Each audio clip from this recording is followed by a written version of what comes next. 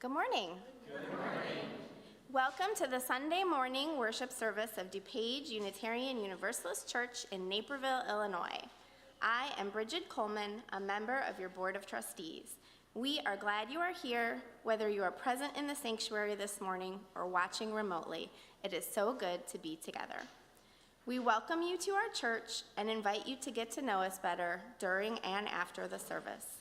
As Unitarian Universalists, we hold that there are many paths to truth and meaning, and we support one another on our spiritual and religious journeys while holding ourselves in covenant through our shared 7 principles.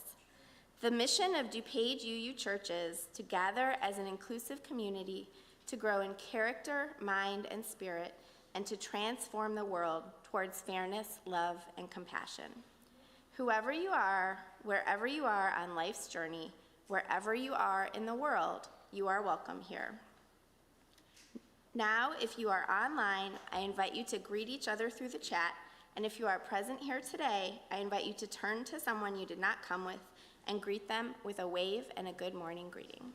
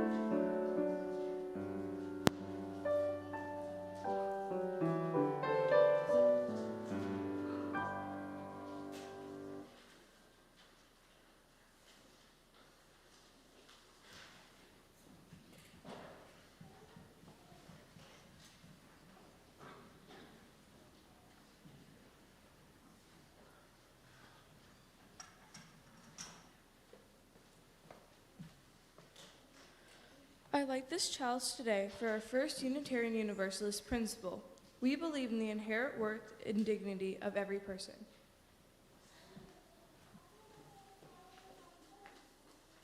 Good morning. Good morning. Welcome to this place of love, of communal flourishing. We come together to open our hearts, to expand our minds, and to see the sacred within each other. Come, let us worship together.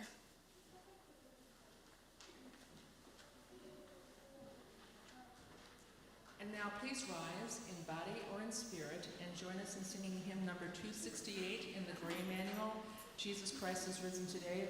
But note that the words that will be projected are slightly different than the words that are in the hymnal. So choose your own reality.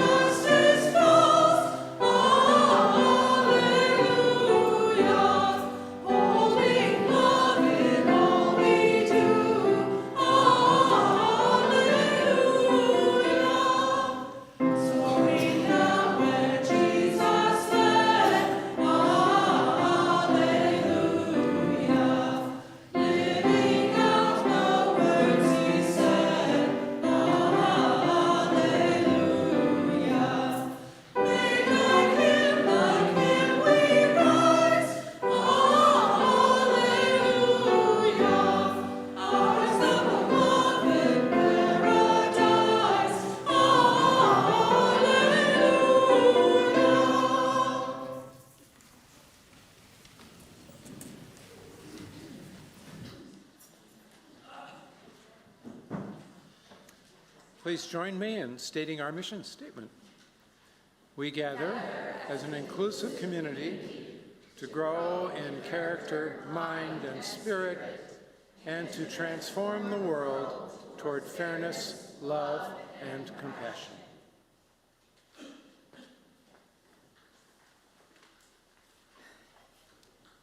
Our vision of beloved community is rooted in the relationships that we have with one another, our world, and creation.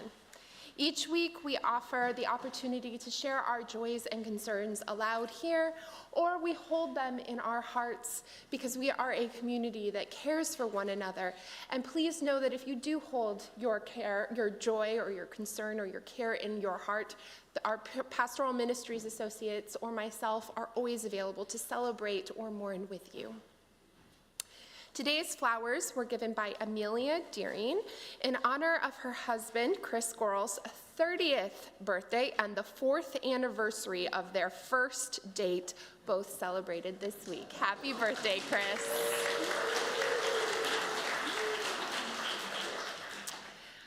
We have a joy from Russ Manthe. Last November, Russ applied to sponsor a Ukrainian family of 3 as parolees into the U.S. through the federal Uniting for Ukraine sponsorship program.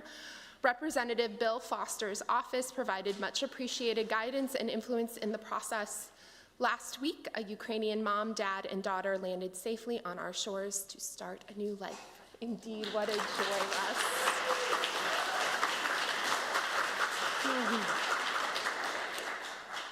Today also marks Transgender Day of Visibility. Oh, beloveds, we see you, no matter who or what you are incredibly precious and beautiful to us all. Know that you are worthy of love and you have a home here.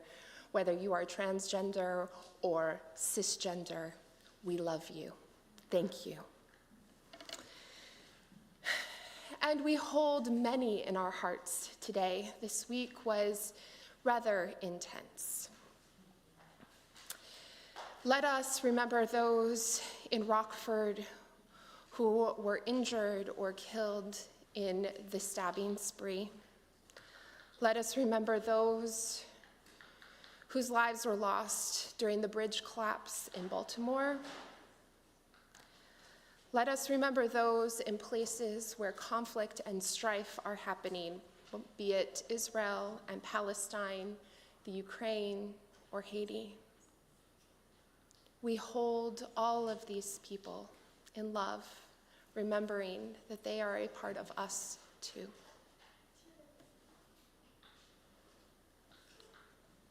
Our Easter prayer today is from Molly Hausch-Gordon. Please join me in a moment of meditative prayer. Source of love, rise as the spring in our overwintered hearts. Help us stretch from the dark and nourishing soil to the bright and nurturing sunlight. Help us reach one another.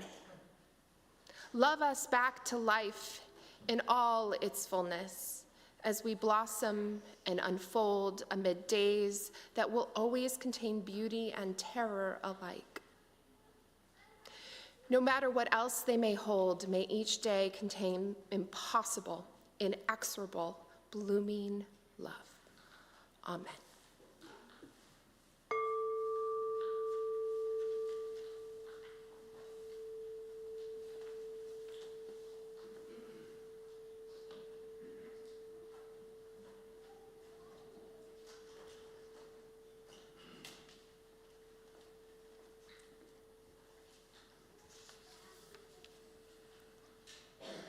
It's time to gather. And I want to start by reminding you or notifying you, in case you missed it, there is a Easter egg hunt after the service today for the kids.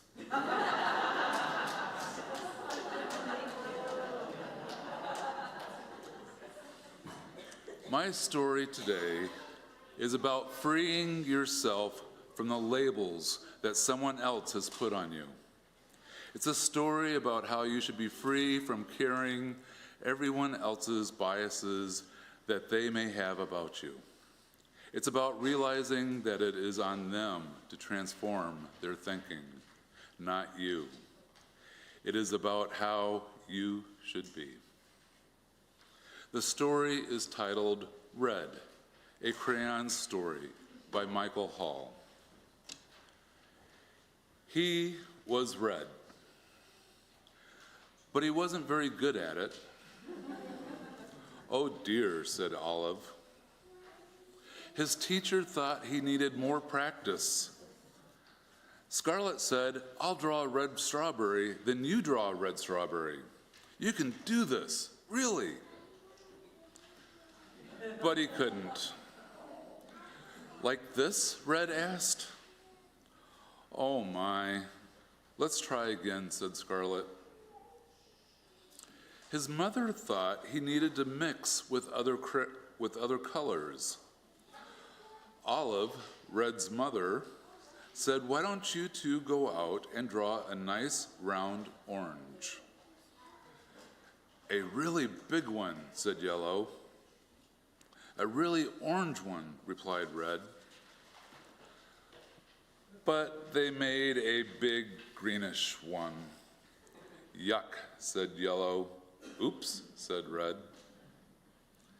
His grandparents thought he wasn't warm enough.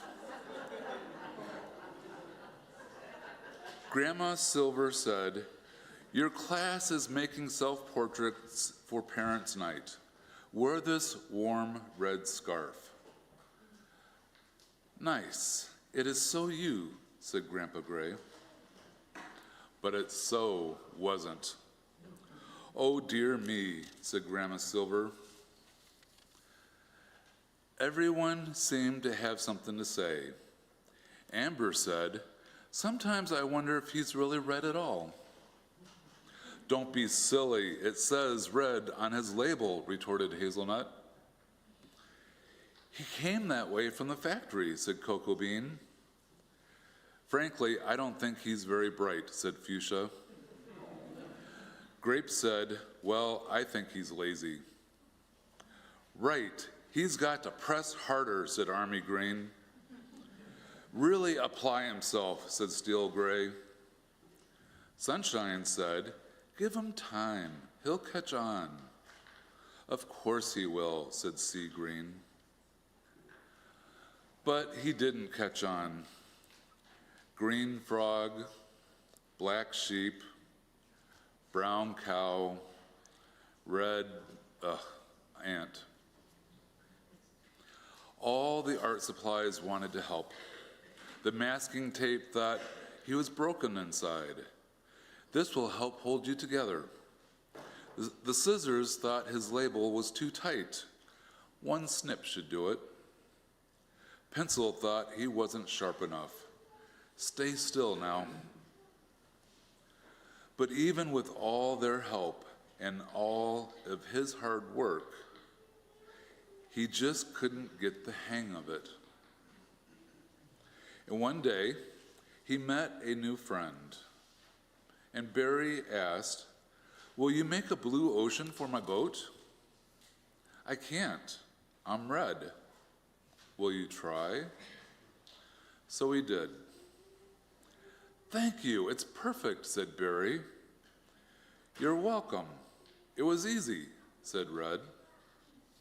And he didn't stop there. Bluebells, blue jeans, bluebird, blueberries, blue whale. "I'm blue," said Red. He was blue, and everyone was talking. "My son is brilliant," said Olive.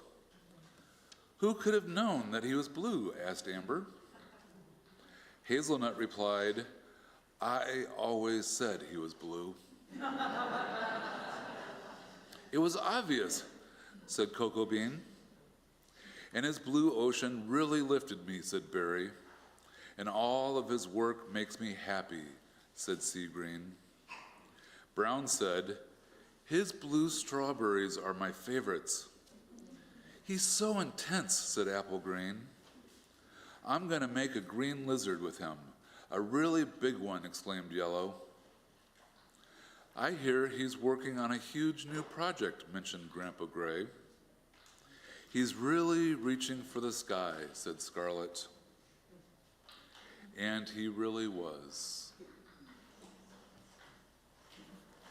Let's sing to the children.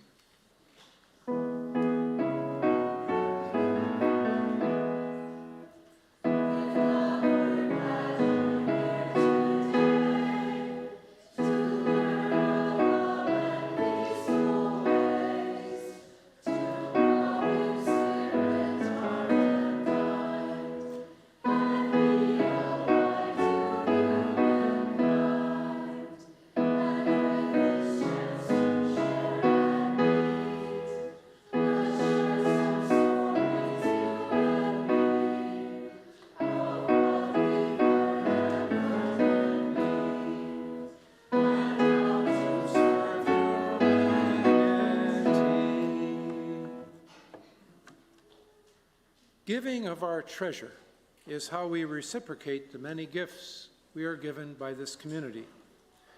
Your contribution supports the programs and operations of DuPage UU Church. Giving is also how we live our values in the world. Each month, we share our offerings with an organization nominated by the congregation and selected by the Special Offerings team.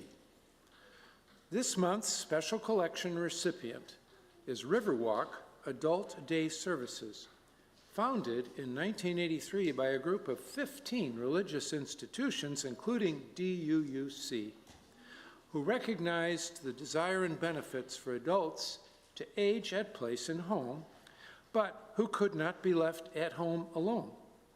Riverwalk Adult Day Services has provided over 700,000 hours of service to participants, allowing their caregivers the peace of mind knowing that their loved ones are being cared for in a safe and nurturing environment.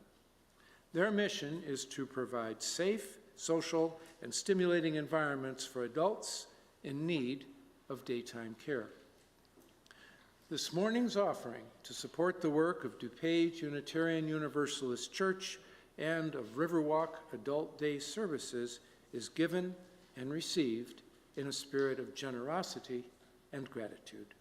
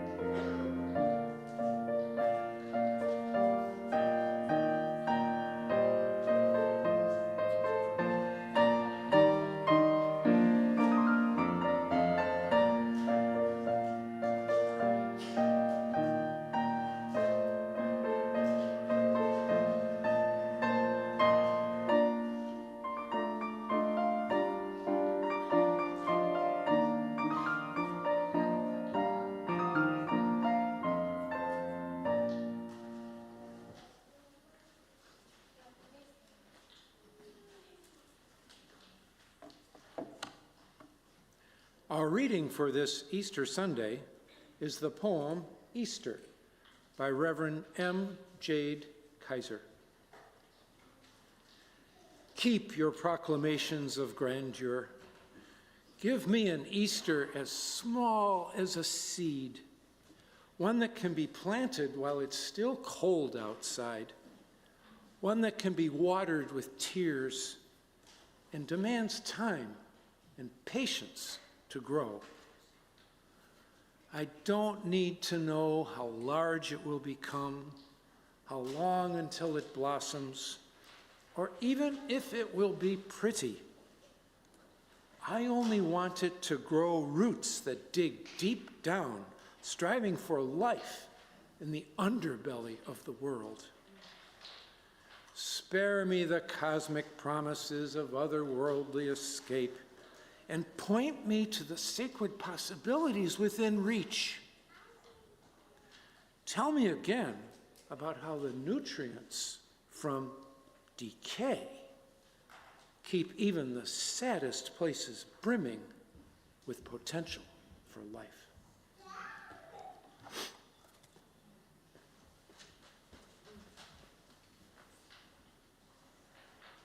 Please rise again and join us in hymn number 270 from the gray hymnal, Rise in Body or in Spirit. The name is O Day of Light and Gladness.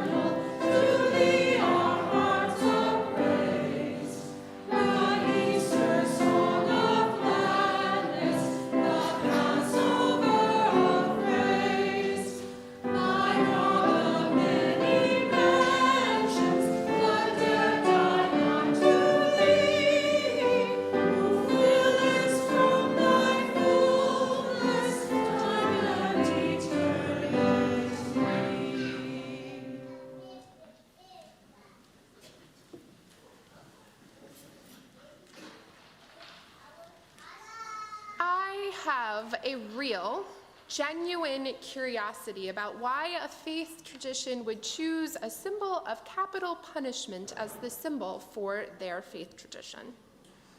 I'm serious, I have a genuine curiosity about this.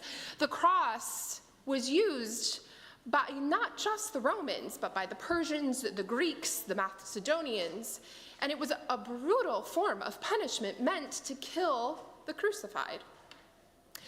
Now, the early Christian church, the church before the Gospels were written, understood the symbol of the cross as a symbol of martyrdom, not salvation. The cross to them was a symbol from the freedom of empire, specifically the empire of Rome. As a symbol of freedom, I can understand the cross, even if it's somewhat macabre. Yet as the Gospels were written and Christian theology developed, the symbolism of the cross became about salvation. And this is where my curiosity steps in. From my understanding of Jesus' life and story, salvation was not found in the act of Jesus' death, but in his resurrection, in the fact that he came back to life because he was a divine being, or, if one does not believe in the literal resurrection, in the fact that Jesus' life, that is his teachings and example as a moral leader, lived on after his death, a different form of resurrection. One might argue that I'm splitting hairs here. After all, martyrdom, the original interpretation, may be considered a symbolic form of salvation. Thus, my digging around the nuances here may be considered pointless because a cross could then be considered appropriate. But I think the question stands, because even if we return to the original understanding of the cross to be salvation through martyrdom, it still points in a direction of life, a direction of living out our freedom in acts of love. So the question stands, why choose a symbol of capital punishment as the symbol of a faith? I suppose part of the reason I'm curious about this is that we use the word cross not simply as a symbol of Christianity, but also as a way to describe the burdens that we carry. How many of you have heard or used or even had others say to you, that is a cross you have to bear? It's a saying that I think is worth examining. Like the cross is a form of capital punishment as a symbol for a faith tradition that claims to bring hope to the world, the idea that we are meant to bear crosses as part of our life is one that I'm deeply curious about as well. It's an idea that makes me deeply uncomfortable because my theology says otherwise. There is no doubt in my mind that we do bear burdens as human beings, some of which we carry all our lives. I've been thinking a lot about the Sikh activist Valerie Kaur's phrase, grief is the price of love. Especially in light of the loss that our family has had with my father-in-law and abuelo to my children. Grief is a burden that we do carry with us. These burdens are the things we choose to carry when we choose to fully embrace a life of love. Calling them crosses, in my opinion, misrepresents them, since the cross, as a form of capital punishment, is a vision of death, not salvation, nor life. Today, though, I want to speak about actual cross-bearing, the things we carry with us that crucify our soul, sending it in place, holding it in place, allowing it to slowly asphyxiate us. These sort of burdens are absolutely worthy of using the word cross for. I think about, for example, the many messages that society gives us about our bodies, the messages about socially acceptable ways of being in the world, the messages that are sometimes reinforced through religious teachings. Things like how to act out one's gender in the world. Women are nurturers, for instance. Or how we must appear, again, from a feminist perspective, as both sexy and modest at the same time. Or how being non-binary in appearance is unacceptable. These messages can turn into trauma, as can all the ways a religious tradition uses these messages or theological ideas to control bodies and minds. Religious trauma is a cross that many of us bear, and it shows up when the church claims to love queer people but hate the supposed sinner or the sin of that queer person, or when God is used to limit the ways we experience the love of the transcendent. Many of us have visceral reactions to religious language because we carry the cross of power and oppression from religious traditions that sought to limit who we are and what we believe. I've spoken before of my own religious trauma. It's rooted in a bad theology of John Calvin's understanding that humans are totally depraved from birth. But it shows up not only in religious settings, when God is spoken of as damning or wrathful, but also in non-religious ways, that when I feel unworthy, such as when I don't conform to society's expectations. These crosses are things we bear, and they include generational trauma. I think here of what I see happening in Israeli governmental leadership at the moment. Jewish people were given a cross to bear in the generational trauma that the Holocaust and years upon years of anti-Semitism perpetuated against them. Generational trauma is something I have seen and held most recently in the passing of my father-in-law. The legacy of abuse of indigenous people in Boricén, the native name for the island of Puerto Rico, and the legacy of enslaved Africans ran through the blood of his body. It was embedded in his DNA. It made his life complex, my grief complex, especially as a white person who must struggle with my part in the legacy of white supremacy culture. None of these crosses are things that people asked for. They are not the burden of grief. These are things that have been laid upon us. They are not the burdens that come as a result of love, but as a result of empire oppressing and controlling people. These are the crosses we bear that we do not choose. These are the crosses of oppression. But these crosses are sneaky. We are given these crosses under the guise of good intentions. In the case of societal norms of conforming or of salvation for our soul. Or these crosses are given to us through family lines of ingrained patterns of destruction and abuse. Something that can be obvious or subtle. Or these crosses are blatantly obvious and crush us. Here's the thing, though. These crosses are not ours to bear. No piece of the things I have named are yours to hold. But these crosses are insidious because we've bought into them, meaning that sometimes we hold these crosses tightly. We act as if we want them. In a way, one could argue that these crosses give us power, and they even might. Let me give you an example of this. I met someone from a UU congregation who had committed their life to their church. They had served in just about every volunteer capacity at their congregation, including on the Sunday Services Committee. When I first met this person, their claim to fame, the thing that they were most proud of, was the legacy that they brought to the committee to make sure that no hymn with the word God was used in any worship service. This person had deep religious trauma. The word God had been used to control and hurt them.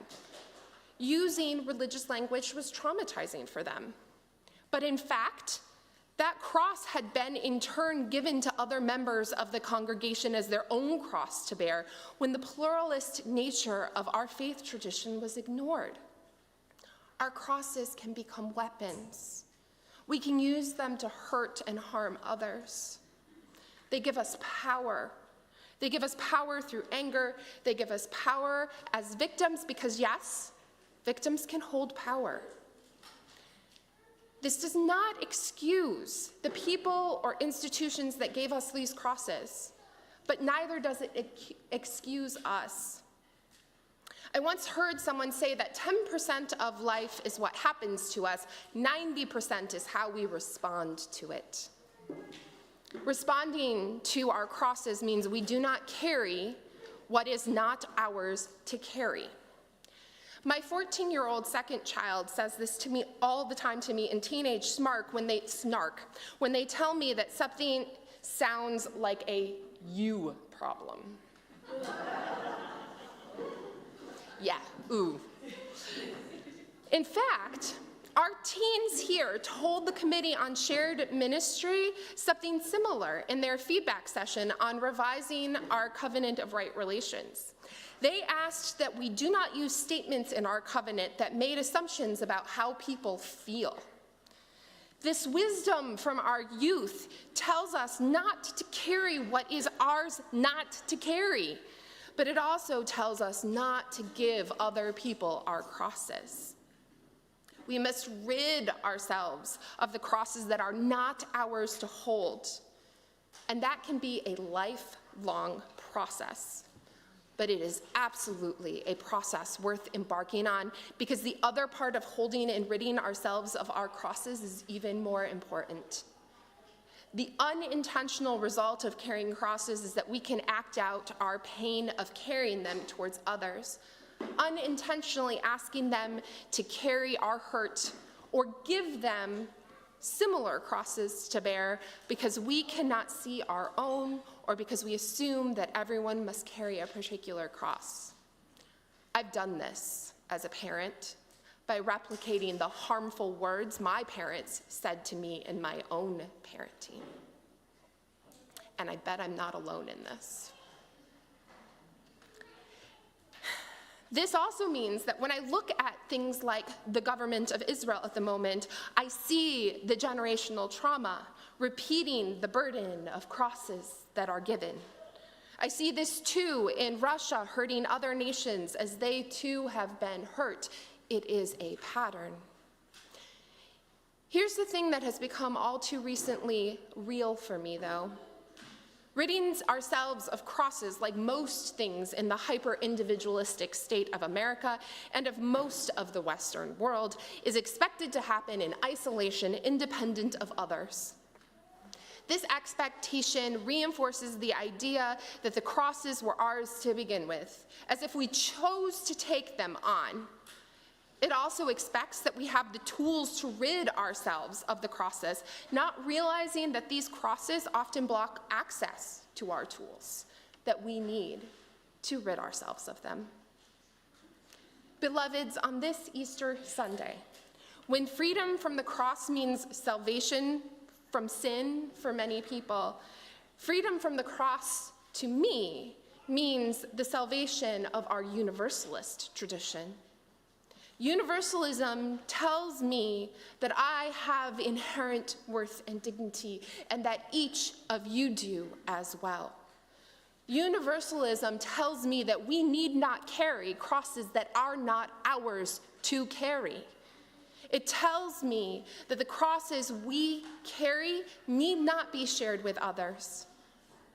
Universalism tells me that when we hurt others because of our crosses, we can begin again in love. But most importantly, our universalism as our faith tradition tells us that in community with others who uphold the dignity and worth of all peoples, we can remove our crosses. Together, we can find the salvation we seek by ridding ourselves of the crosses that we are not meant to hold, that hold us back, that hurt ourselves and each other. This Easter, we are reminded that together we may be free of the crosses that we carry. Together, we can find the love that we deserve so that we might flourish.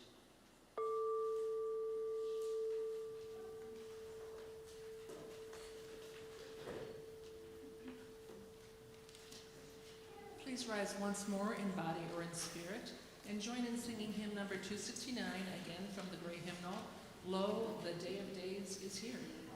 Breath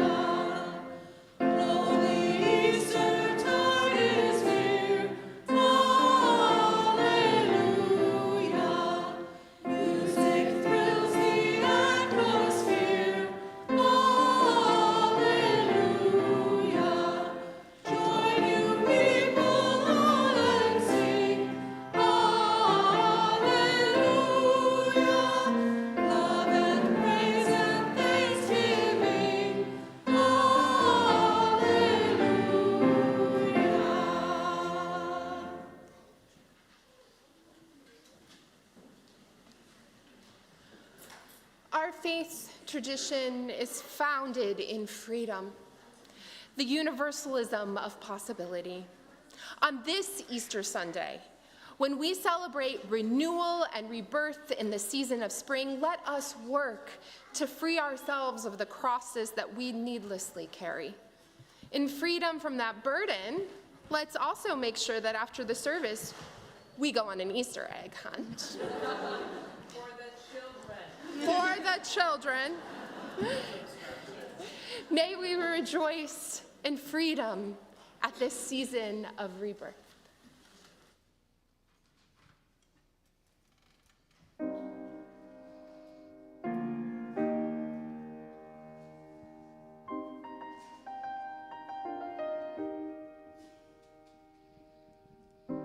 Not a stranger to the dark.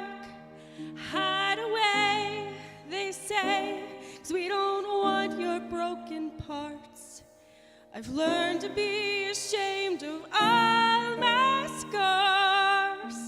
Run away, they say, no one will love you as you are. But I won't let them break me down to dust. I know that there's a place for us, for we are glorious. When the sharpest words want to cut me down, I'm gonna send a flood, gonna drown them out. I am brave, I am bruised, I am who I'm meant to be. This is me.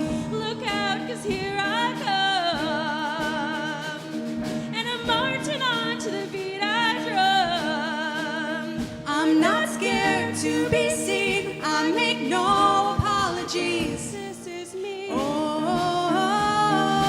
Oh, oh,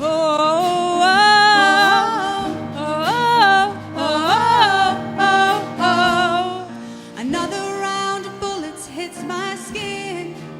Well, fire away, 'cause today I won't let the shame sink in.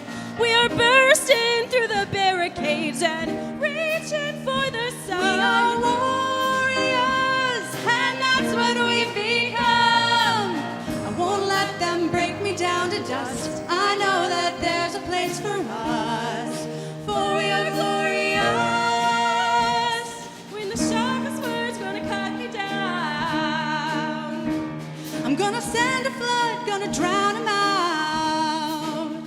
I am brave, I am bruised, I am who I'm meant to be. This is me. look out, 'cause here I come. And I'm marching on to the beat I drum. I'm not scared to be seen. I make no apologies. This is me.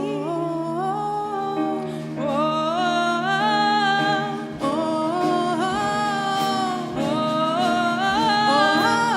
Oh, oh, oh, this is me. and I know that I deserve your love. There's nothing I'm not worthy of. When the sharpest words want to cut me down, I'm gonna send a flood, gonna drown them out. This is brave, this is bruised, this is who I'm meant to be. This is me. Look out, 'cause here I come, and I'm marching on to the beat I drum. I'm not scared to be seen. I make no apologies. This is me.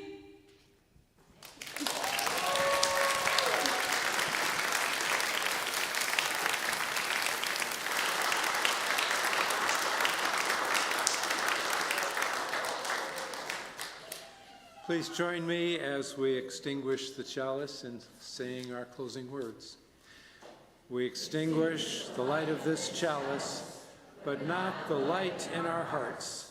Until we meet again, may the warmth of our community carry you.